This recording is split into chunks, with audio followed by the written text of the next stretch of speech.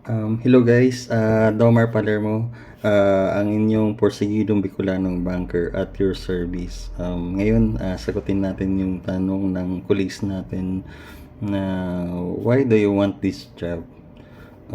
Una, on a personal side, gusto ko to kasi pwede ako makapag-travel sa iba-ibang lugar wherein makapunta sa mga different tourist attraction when time permits.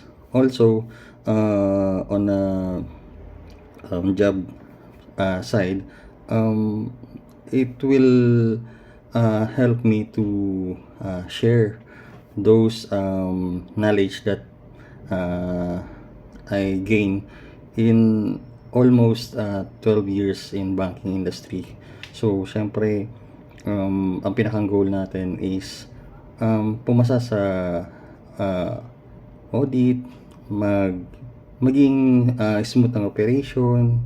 So, kumbaga sa part na to, nasi-share natin yung updated and latest policy. So, para rin maging guided ang mga branches natin. So, walang magiging lapses if ever magkaroon man ng either internal or external audit.